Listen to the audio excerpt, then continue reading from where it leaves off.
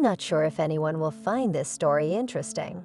When people read confessions like this, they often think it can happen to someone else, but not to them. That's what I believed until a certain point.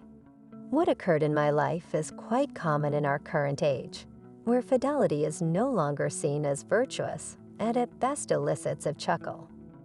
I got married pretty young, at 19 years old, while I was in my third year of college. My wife is a year younger than me, which is a typical age arrangement for starting a family. Within the first year, we had a son, and 8 years later, a daughter came along. After finishing college, I joined the Army, where I received a decent salary that allowed my wife to stay at home and take care of the children. I had the opportunity to travel a lot, both domestically and internationally. Consequently, I acquired a few commendations, a war wound in my back, and retired at the age of 42. After leaving the Army, I promptly found a job in my field of expertise at a large metallurgical company. Within 5 years, I had advanced to the position of Deputy General Director and became a co-owner of the company. Money was never an issue for me, and that remains true to this day. Now I am 60 years old, and my wife is 59. At the time of the events I'm about to share, we had been married for 41 years. Throughout all those years, I never had any reason to suspect my wife of infidelity. Not once did the thought cross my mind.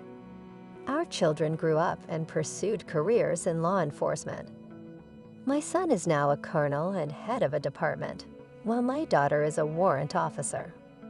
They both have families of their own, and we are blessed with grandchildren.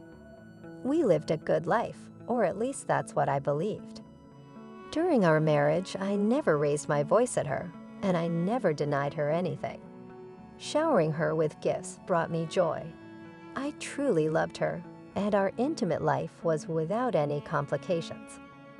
In spite of her age, my wife has managed to maintain and even enhance her innate beauty without relying on the techniques employed by cosmetologists.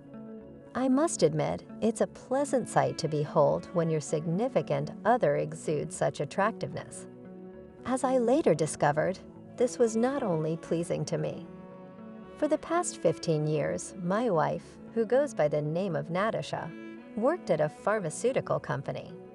She held the position of marketing department head and, due to the nature of her job, embarked on frequent business trips. This became particularly prevalent over the last 5 years. These excursions would sometimes stretch out to 2 or 3 months in duration. She justified this by explaining the need to manage the distribution of medications to pharmacies, particularly in the expansive cities of Siberia. One city she found herself visiting frequently was Krasnoyarsk. Despite being away on these professional journeys, my wife never failed to reach out to me nearly every day. She would express how she deeply missed both me and our children.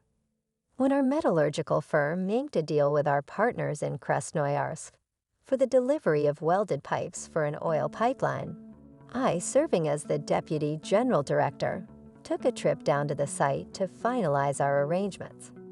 It was during this visit that an unforgettable encounter took place.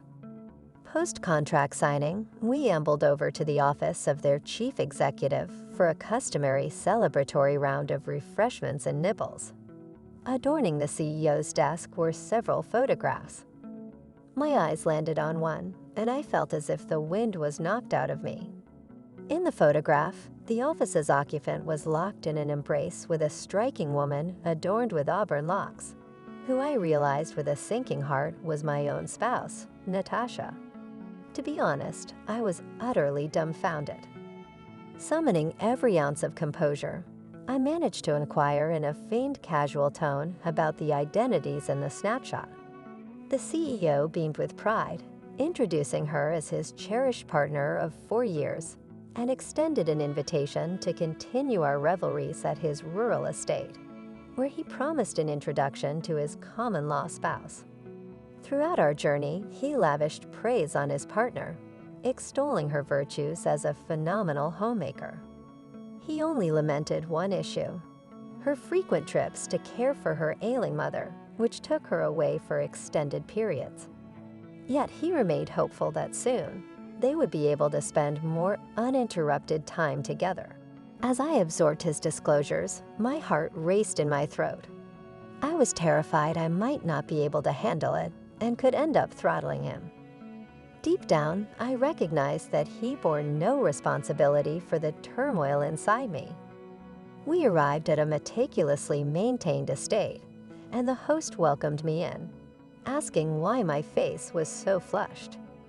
I stammered that I was feeling under the weather. We made our way to the dining room, where he beamed as he introduced me to his wife. The moment Natasha laid eyes on me, she stood frozen. It was clear she was struggling to breathe. Her complexion drained of color, and she began to slide slowly to the ground. Fortunately, her friend managed to catch her just in time. A chilling realization hit me. If I didn't get away immediately, I might harm them both. I pivoted on my heel and dashed out of the mansion without uttering a single word. A taxi happened to be cruising by, and I managed to flag it down. After gathering my belongings from the hotel, I hurried straight to the airport and secured a ticket for the next available flight.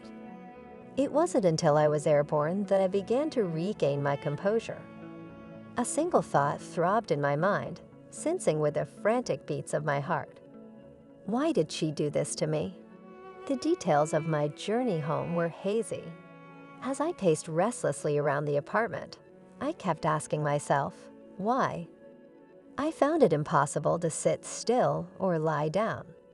By the time morning arrived, my legs were swollen from the exertion. My once racing heart had subsided to a dull thrum, occasionally dropping to a disconcerting silence.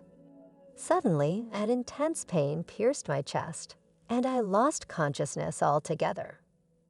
My chauffeur located me when he failed to meet me at the set time to chauffeur me to the office. Worried, he used his key to enter my apartment and discovered me passed out on the floor. Without hesitation, he dialed for emergency services. Thankfully, I was all right. Due to intense stress, my heart rate became irregular, causing excruciating chest pain. I spent roughly 3 weeks in the hospital. During that period, Natasha attempted to reach me multiple times over the phone, but I never responded, eventually just switching it off. Once I reactivated my phone at home, I was immediately greeted by her call. Natasha's words were jumbled. She tried to justify herself, issued apologies, and bizarrely even laid some blame on me. As our call neared its end, she raised her voice, passionately claiming that the kids and I were her world, that her heart belonged only to us, and she pleaded for my forgiveness.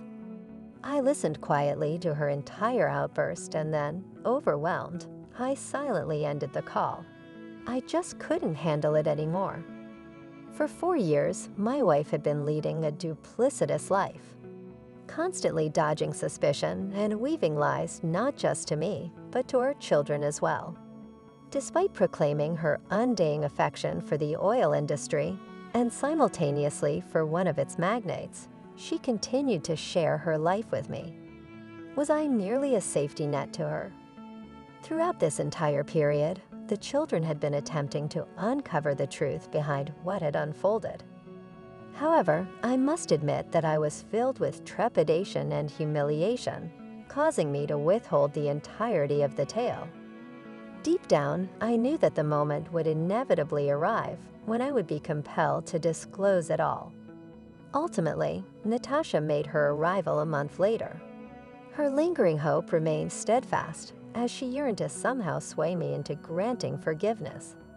After enduring an hour's worth of her pleas, I made the decision to summon my son and daughter. Once they stood before us, I proposed that Natasha took it upon herself to reveal the complete truth to them. Throughout her discourse, the children remained hushed spectators, attentively absorbing her disjointed oration.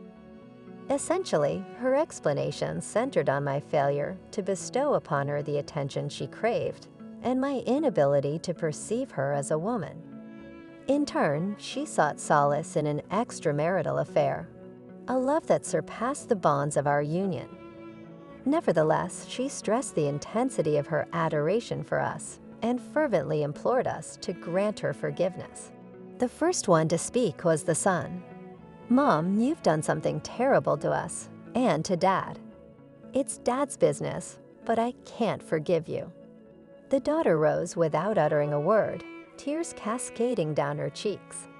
Silently, she exited the room. Natasha comprehended it all.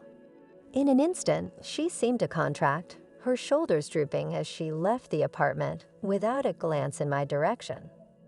I made my way to the window.